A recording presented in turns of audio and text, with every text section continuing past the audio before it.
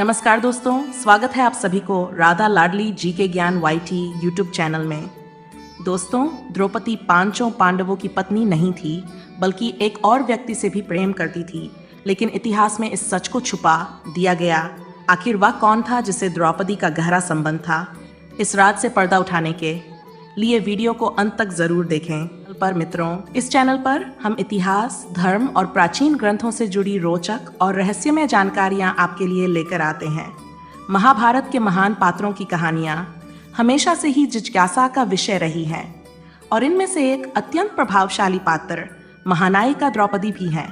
आज के इस विशेष वीडियो में हम चर्चा करेंगे एक ऐसे प्रश्न पर जो सदियों से लोगों के मन में उठता रहा है: द्रौपदी कैसे खुश रखती थी अपने पांचों पतियों को? क्योंकि आपने सुना होगा कि रानी द्रौपदी पांचों पांडवों की पत्नी थी, और जो पत्नी थी तो पत्नी का दायित्व बनता है कि वह अपने पतियों को हर तरह से खुश रखे। क्या ये केवल एक सामाजिक व्यवस्था थी या इसके पीछे कोई गहरा कारण और नियम थे? महाभारत में इसका क्या उल्लेख मिलता है?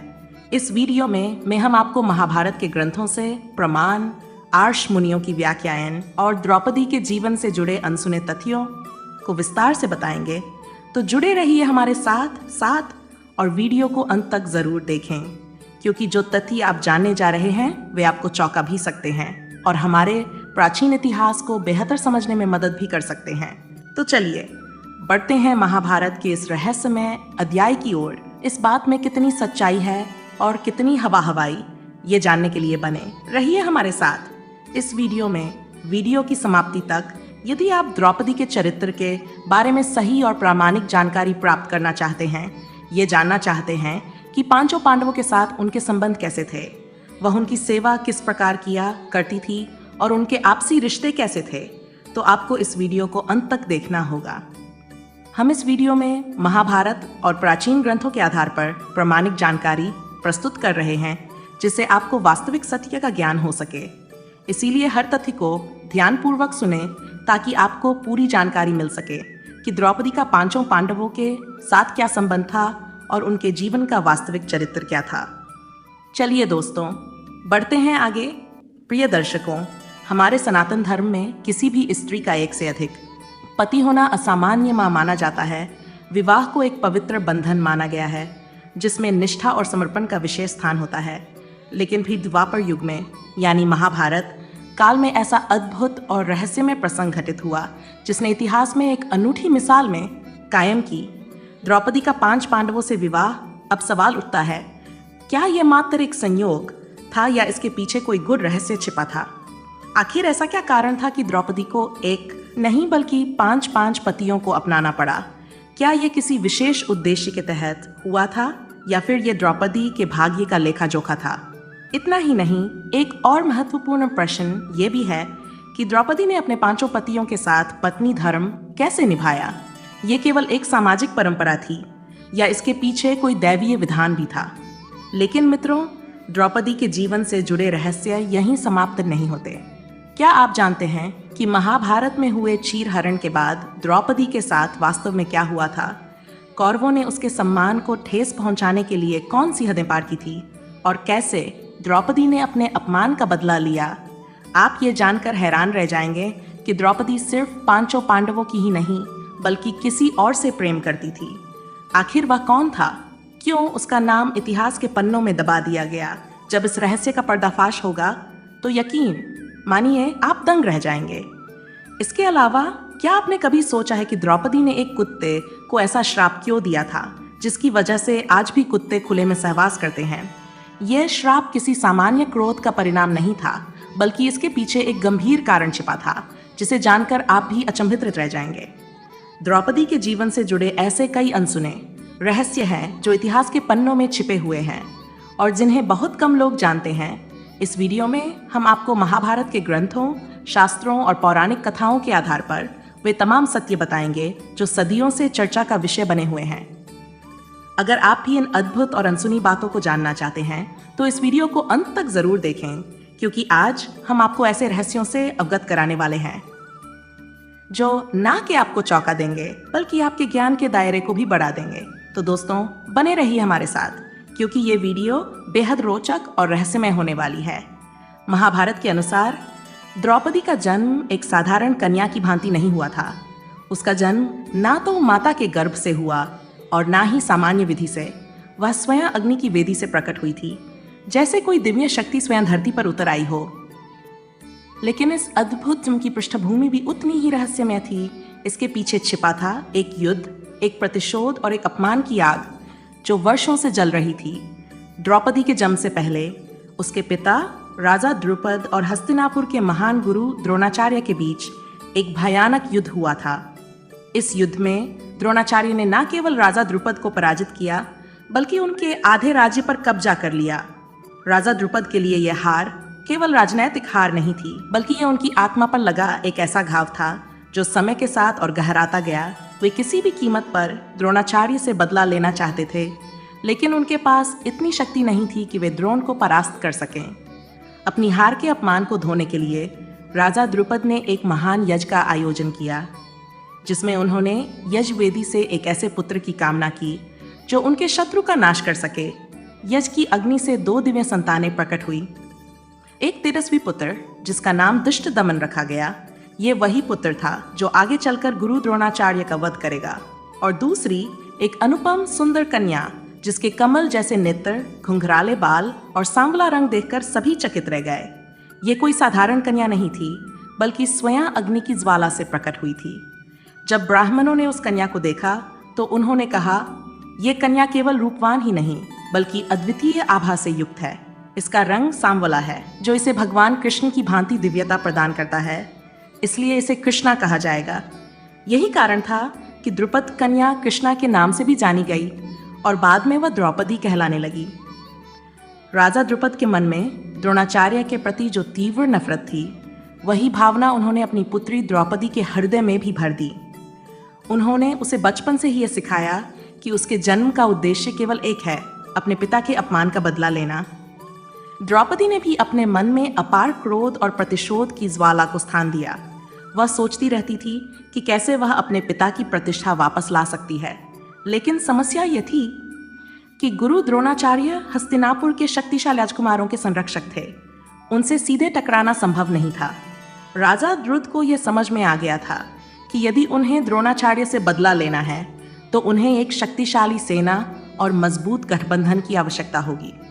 यही कारण था कि जब द्रौपदी विवाह योग्य हुई तो राजा द्रुपद ने उसका स्वयंवर आयोजित किया। लेकिन इस स्वयंवर के पीछे सिर्फ विवाह का उद्देश्य नहीं था, बल्कि यह एक सुनियोजित योजना थी जिसमें एक ऐसा व्यक्ति द्रौपदी का पति बने जो आगे चलकर हस्तिनापुर के शत्रुओं के विरुद्ध खड़ा हो सके। इस बीच श्री कृष्ण ने स्वयंवर से पहले ही राजा द्रुपद के दरबार में आकर निवास करना शुरू कर दिया था। वे जानते थे कि धर्म की स्थापना के लिए द्रौपदी का विवाह अर्जुन से होना अत्यंत आवश्यक है। श्री कृष्ण और द्रौपदी के बीच अत्यंत गहरी मित्रता स्थापित हो गई। दोनों एक दूसरे के विचारों और सिद्धांतों को भली भांति समझते थे। लेकिन एक समय ऐसा भी आया जब द्रौपदी ने स्वयं श्री कृष्ण से विवाह करने की इच्छा प्रकट की। जब द्रौपदी ने अपनी इच्छा प्रकट की तो श्री कृष्ण ने उसे बड़े प्रेम और सम्मान के साथ समझाया। उन्होंने कहा, मैं केवल उसी स्त्री से विवाह करूंगा जो मेरे लक्ष्य के प्रति पूरी तरह समर्पित होगी, जो केवल धर्म की स्थापना में मेरा साथ देगी, ना कि अपनी कोई व्यक्तिगत इच्छा या राजनीतिक उद्देश्य रखेगी। यह सुनकर द्रौपदी कुछ निराश हुई, लेकिन कृष्ण ने आगे जो कहा उसने उसे अत्यधिक प्रसन्न कर दिया। श्री कृष्ण ने मुस्कुराते हुए कहा, तुम एक महान स्त्री हो द्रौपदी, तुम्हारे जैसा कोई दूसरा नहीं। तुम स्वयं में इतनी अद्भुत और शक्तिशाली हो कि मैं तुम्हारे योग्य नहीं हूँ। यह उत्तर केवल द्रौपदी को खुश करने के लिए नहीं था, बल्कि इसमें एक गहरा आध्यात्मिक सत्य छिपा था। श्री कृष्ण जानते थे कि द्रौपदी केवल एक नारी नहीं, बल्कि धर्म की स्थापना के लिए उत्पन्न हुई एक सशक्त शक्ति थी। उनका जीवन एक विशाल उद्देश्य से जुड़ा हुआ था, जिसमें व्यक्तिगत इच्छाओं का कोई स्थान नहीं था। यही कारण था कि उन्होंने द्रौपदी से विवाह नहीं किया, बल्कि उसे अपनी सखा के रूप में जीवन भर सम्मान और स्नेह दिया। द्रौपदी भी यह समझ चुकी थी कि उसका भाग्य उसे किसी विशेष उद्देश्य के लिए ले जा रहा है। उसके जीवन में संघर्ष, प्रेम और प्रतिशोध के कई अध्याय लिखे जाने बाकी थे, और इसी के साथ महाभारत की सबसे शक्तिशाली नारी के जीवन की कहानी एक नए मोड़ की ओर बढ़ने लगी। प्रिय मित्रों, इधर जब द्रौपदी के स्वयंवर की घोषणा की गई तब ये खबर समस्त आर्यावर्त में फैल गई। स्वयंवर की शर्तें बेहद कठिन थीं, क्योंकि द्रौपदी केवल उसी पुरुष को अपना पति बनाएगी जो धनुर्विद्या में सर्वश्रेष्ठ होगा। उस समय पांडव ब्राह्मण वेश में अज्ञातवास में थे। वे अपनी माता कुंती के साथ एक निर्धन ब्राह्मण के घर में रहते थे और भिक्षा पर जीवित थे। यह उन पर आए हुए संकट का समय था, लेकिन वे अपने कठिन समय को सहन करते हुए धर्म के पथ पर आगे बढ़ रहे थे। स्वयंवर के आयोजन की खबर नगर में बड़ी चर्चा का विषय बनी हुई थी। जब अर्जुन और भीम भिक्षा मांगने निकले तो रास्ते में उन्होंने कुछ लोगों को आपस में चर्चा करते हुए सुना, राजा द्रुपद ने अपनी पुत्री द्रौपदी के स्वयंवर का आयोजन किया है। स्वयंवर में वही विजेता होगा जो धनुष उठाकर ऊपर घूम रही मछली की परछाई को नीचे पानी में देखकर उसकी आंख भेद सकेगा। अर्जुन ये सुनकर अत्यंत उत्साहित हुए। उन्होंने अपने भाइयों से कहा, मुझे इस स्वयंवर में भाग लेना चाहिए। यह परीक्षा मेरे लिए कठिन नहीं होगी। भीम भी इस अवसर को नहीं खोना चाहते थे। अतः पांडवों ने निश्चय किया कि वे ब्राह्मण वेश में ही स्वयंवर में भाग लेंगे। जब स्वयंवर का शुभारंभ हुआ तो सभा में अनेक वीर राजकुमार और योद्धा उपस्थित थे। दुर्योधन, कर्ण, शिशुपाल, जरासंध, जयद्रथ सहित कई महार वहां उपस्थित थे। राजा द्रुपद को विश्वास था कि यह कठिन परीक्षा केवल कोई परम धनुर्धर ही पास कर सकता है। वे मन ही मन चाहते थे कि अर्जुन ही ये परीक्षा उत्तीर्ण करें, क्योंकि वे जानते थे कि धर्म और नीति के अनुसार यही सर्वश्रेष्ठ होगा। स्वयंवर की चुनौती को देखते हुए अनेक मर्थी प्रयास करते गए, लेकिन असफल रहे। कर्ण ने धनुष उठाया, लेकिन जैसे ही उसने प्रत्यंचा चढ़ाई, धनुष उसकी पकड़ से छूट गया। इसी प्रकार अन्य योद्धाओं ने भी प्रयास किया, लेकिन मछली की आंख को भेदने में असमर्थ रहे। तभी एक अज्ञात ब्राह्मण अर्जुन सभा में आगे बढ़ा। सभा में उपस्थित राजाओं और योद्धाओं को यह देख क्रोध आ गया। कैसे कोई ब्राह्मण इस परीक्षा में भाग ले सकता है? क्या एक साधारण ब्राह्मण इतना शक्तिशाली हो सकता है कि वह इस कठिन परीक्षा को उत्तीर्ण करे? लेकिन अर्जुन ने बिना किसी की परवाह किए धनुष उठाया। उन्होंने अत्यंत सहजता से प्रत्यंचा चढ़ाई। जल में देखकर ऊपर घूम रही मछली की परछाई का ध्यान केंद्रित किया और एक ही तीर से उसकी आह भेद दी। सभा में शोर और विस्मय फैल गया। स्वयंवर की यह कठिन शर्त एक अज्ञात ब्राह्मण ने पूरी कर ली थी। द्रौपदी ने प्रसन्न होकर अर्जुन के गले में वरमाला डाल दी। स्वयंवर में पराजित राजाओं को यह पराजय स्वीकार नहीं थी। वे क्रोधित होकर बोले, कैसे कोई ब्राह्मण द्रौपदी का पति बन सकता है? यह स्वयंवर राजाओं और क्षत्रियों के लिए था, ना कि किसी ब्राह्मण के लिए। राजाओं ने अर्जुन पर आक्रमण करने का प्रयास किया, लेकिन तभी भीम अपनी पूरी शक्ति के साथ आगे आए। उन्होंने एक एक करके कई राजाओं को धराशायी कर दिया।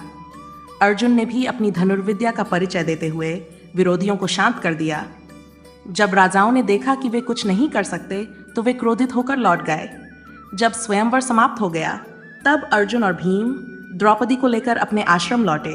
वहां पहुंचकर अर्जुन ने अत्यंत उत्साह के साथ अपनी माता कुंती को पुकारा, माँ देखो आज हम क्या लाए हैं।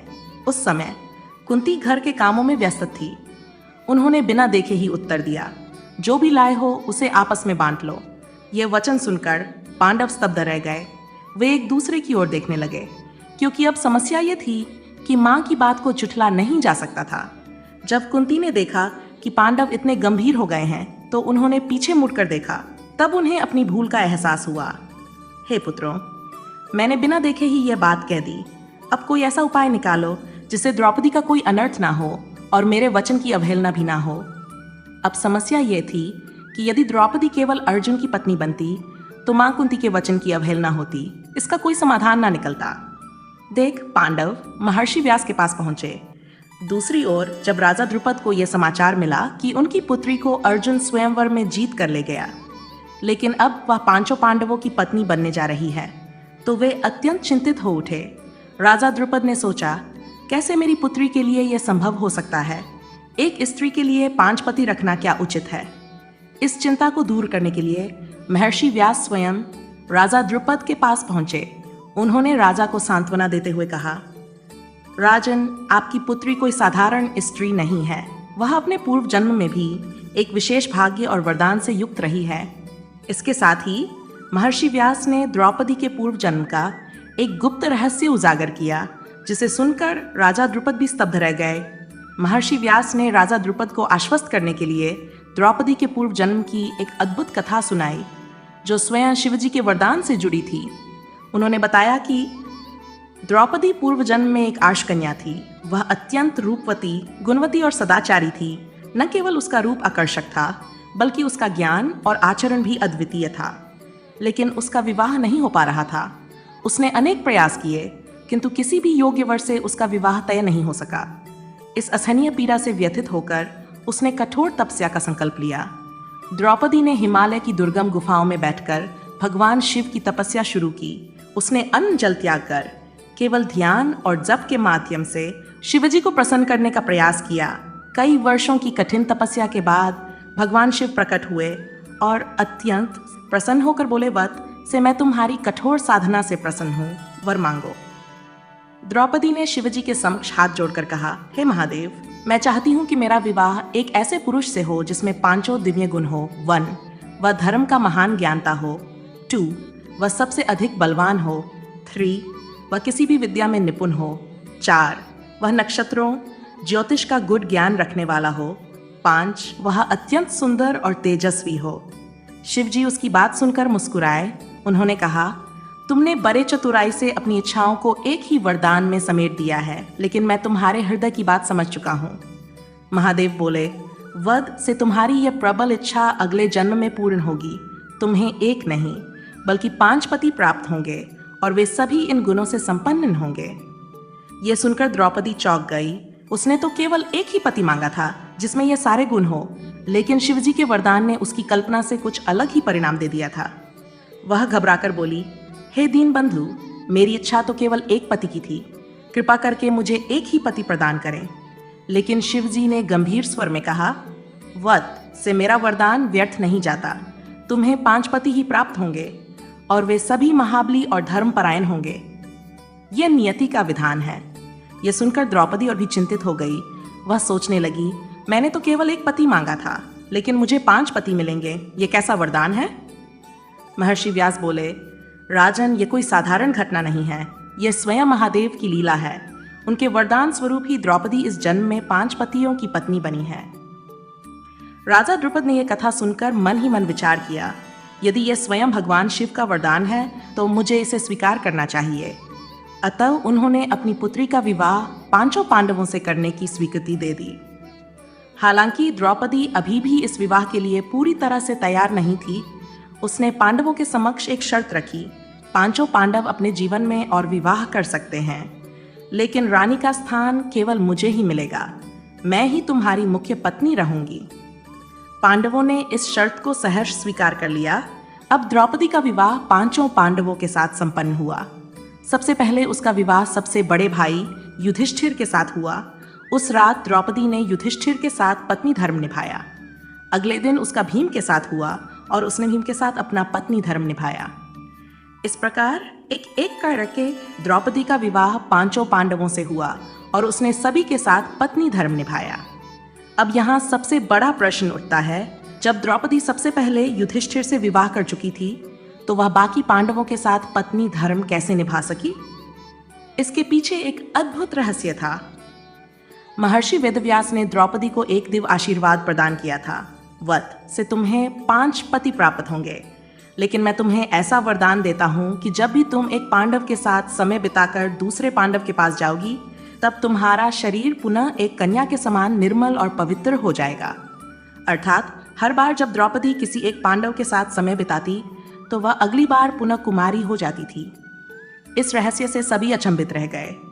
महर्षि व्यास ने कहा, यह सब विधि का विधान था। महादेव के वरदान और इस आशीर्वाद के कारण ही द्रौपदी 5 पतियों की पत्नी बनकर भी पवित्र और सतीत्व की मूर्ति बनी रही।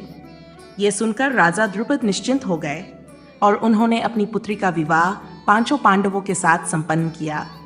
अब द्रौपदी ने नियति को स्वीकार कर लिया था, लेकिन उसके जीवन की चुनौतियां अभी समाप्त नहीं हुई थी। जब 5 पांडव का विवाह द्रौपदी से संपन्न हो गया, तो उनका जीवन सुचारू रूप से आगे बढ़ने लगा। लेकिन एक दिन स्वर्गलोक से देवर्ष नारद पांडवों से मिलने आए। वे अति इंद्रिय ज्ञान से संपन्न थे और भविष्य की घटनाओं को पहले से ही भांप सकते थे। उन्होंने धर्मराज युधिष्ठिर से गंभीर स्वर में कहा, राजन, द्रौपदी अब तुम्हारी सामूहिक धर्मपत्नी है, लेकिन इस विशेष परिस्थिति को ध्यान में रखते हुए तुम्हें और तुम्हारे भाइयों को एक सख्त नियम बनाना होगा। यदि तुम ऐसा नहीं करोगे तो भविष्य में तुम्हारे बीच भयंकर कलह और विनाशकारी परिस्थितियां उत्पन्न हो सकती हैं। युधिष्ठिर और बाकी पांडव नारद मुनि की इस चेतावनी से चकित रह गए। युधिष्ठिर ने हाथ जोड़कर कहा, हे महर्षि, हम पांचों भाइयों में आज तक कभी भी कोई मतभेद नहीं हुआ है और मुझे पूर्ण विश्वास है कि भविष्य में भी हमारे बीच ऐसा कुछ नहीं होगा, किंतु आप हमारे कल्याण की ही बात कर रहे हैं, इसलिए हम आपकी सलाह को अनदेखा नहीं कर सकते। कृपया हमें बताइए कि हमें क्या करना चाहिए।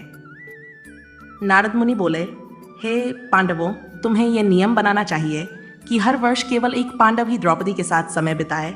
जब कोई एक पांडव द्रौपदी के साथ एकांत में रहेगा तो दूसरा भाई वहां प्रवेश नहीं करेगा। यदि कोई इस नियम का उल्लंघन करेगा तो उसे 1 वर्ष का वनवास भोगना होगा। महर्षि नारद के जाने के बाद युधिष्ठिर ने यह नियम सबके सामने रख दिया और सभी पांडवों ने इसे सहर्ष स्वीकार कर लिया। लेकिन विधि के विधान को कौन टाल सकता है? कुछ समय बाद एक अप्रत्याशित घटना घटित हुई जिसने इस नियम की परीक्षा ले ली। एक दिन जब अर्जुन द्रौपदी के साथ अपने समय का पालन कर रहे थे, तब उन्होंने महल के बाहर अपनी संगीत, ताकि कोई दूसरा भाई ये देखकर जान सके कि वे द्रौपदी के कक्ष में हैं और कोई वहां प्रवेश न करे। संयोगवश उसी समय एक कुत्ता वहां आ गया। खेल खेल में उसने अर्जुन की वे सहज रूप से प्रवेश कर गए। जैसे ही भीम ने भीतर प्रवेश किया, उन्होंने अर्जुन और द्रौपदी को एक साथ देखा। ये दृश्य देखकर भीम अचंभित रह गए और वहीं रुक गए। दूसरी ओर द्रौपदी इस अनचाही स्थिति में अत्यंत लज्जित और क्रोधित हो उठी। भीम ने धीरे से कहा, भैया अर्जुन, क्या तुमने हमारी माता कुंती और बड़े भाई युधिष्ठिर के बनाए नियमों को भूल गए? अर्जुन भी इस घटना से घबरा गए और उन्हें समझा गया कि उनकी पादुका अनुरू संगीत, छोटी सी गलती ने आज मुझे संसार के सामने लज्जित कर दिया।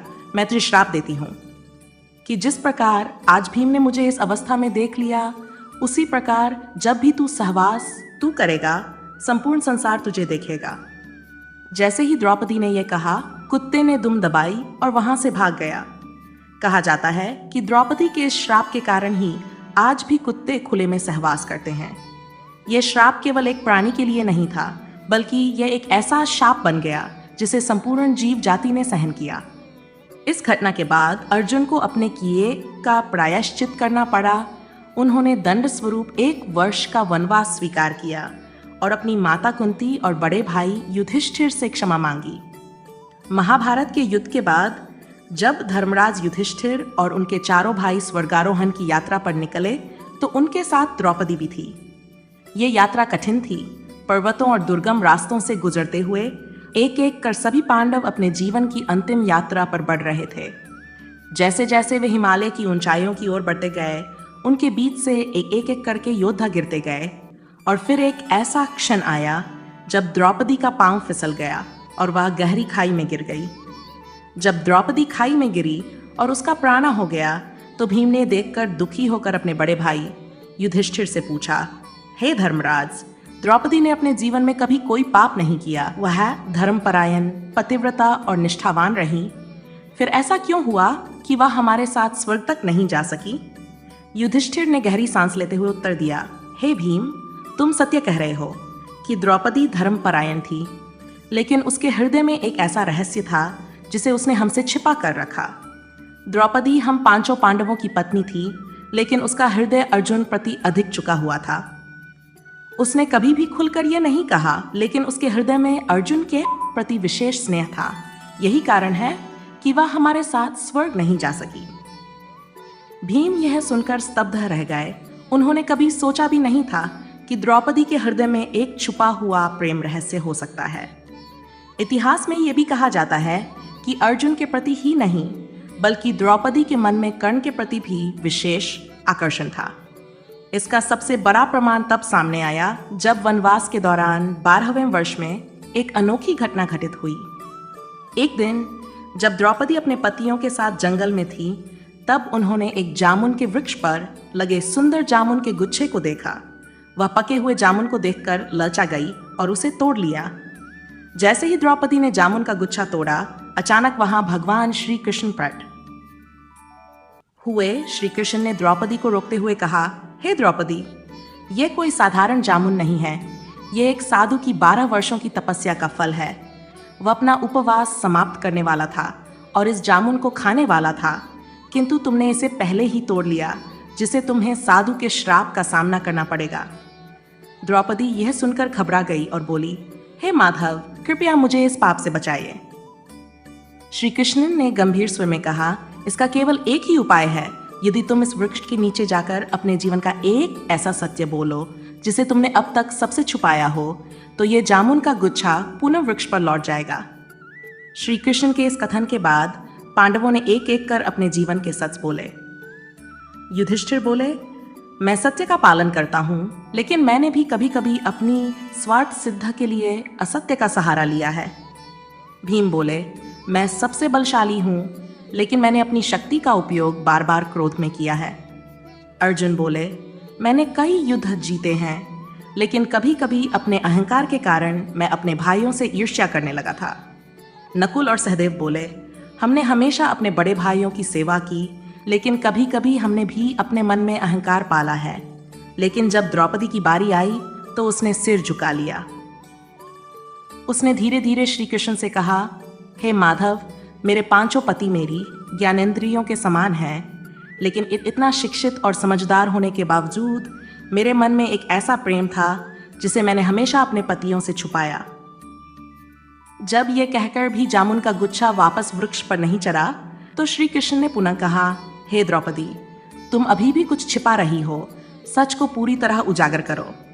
तब द्रौपदी ने हिम्मत जुटाकर कहा, जब मेरा विवाह नहीं हुआ था तब मेरे हृदय में 5 पांडवों से भी अधिक प्रेम किसी और के लिए था। वह पुरुष कोई और नहीं बल्कि अंगराज कर्ण था। यह सुनकर 5 पांडव चकित रह गए। भीम, नकुल और सहदेव आश्चर्य में पड़ गए, जबकि अर्जुन की आंखें आशंका और क्रोध से भर उठी। द्रौपदी ने आगे कहा, मैंने केवल कर्ण के सूतपुत्र होने के कारण उससे विवाह नहीं किया। मैंने समाज के डर से अपने मन की सच्चाई छुपाई, लेकिन मेरे हृदय में उसके लिए एक विशेष स्थान हमेशा बना रहा। यह सुनते ही श्री कृष्ण मुस्कुराए और वृक्ष की ओर इशारा किया, और आश्चर्य, जामुन का गुच्छा तुरंत वापस वृक्ष पर जा लगा। यही कारण था कि जब वह स्वर्गारोहण की यात्रा के दौरान गिरी, तो युधिष्ठिर ने स्पष्ट रूप से कहा कि उसने अपने हृदय के सत्य को छिपाया था। यह कथा हमें यह भी सिखाती है कि मनुष्य अपने जीवन में सत्य को जितना भी छुपा ले, लेकिन अंत में सत्य ही उजागर होता है। तो मित्रों, ये थी द्रौपदी के जीवन से जुड़ी सबसे रहस्यमय कथा, जिसने ये स्पष्ट कर दिया कि इतिहास में अनेक रहस्य छिपे होते हैं, जिनकी सच्चाई हमें धीरे धीरे ही पता चलती है। यदि आपको ये कहानी रोचक लगी तो अपनी राय कमेंट बॉक्स में ज़रूर साझा करें। क्या आप मानते हैं कि द्रौपदी और कर्ण के बीच कोई अनकहा प्रेम था? आपकी क्या राय है, हमें ज़रूर बताइए। धन्यवाद। अगली बार फिर मिलेंगे एक और अद्भुत कथा के साथ। आप सभी का बहुत बहुत धन्यवाद। जय श्री राधे राधे।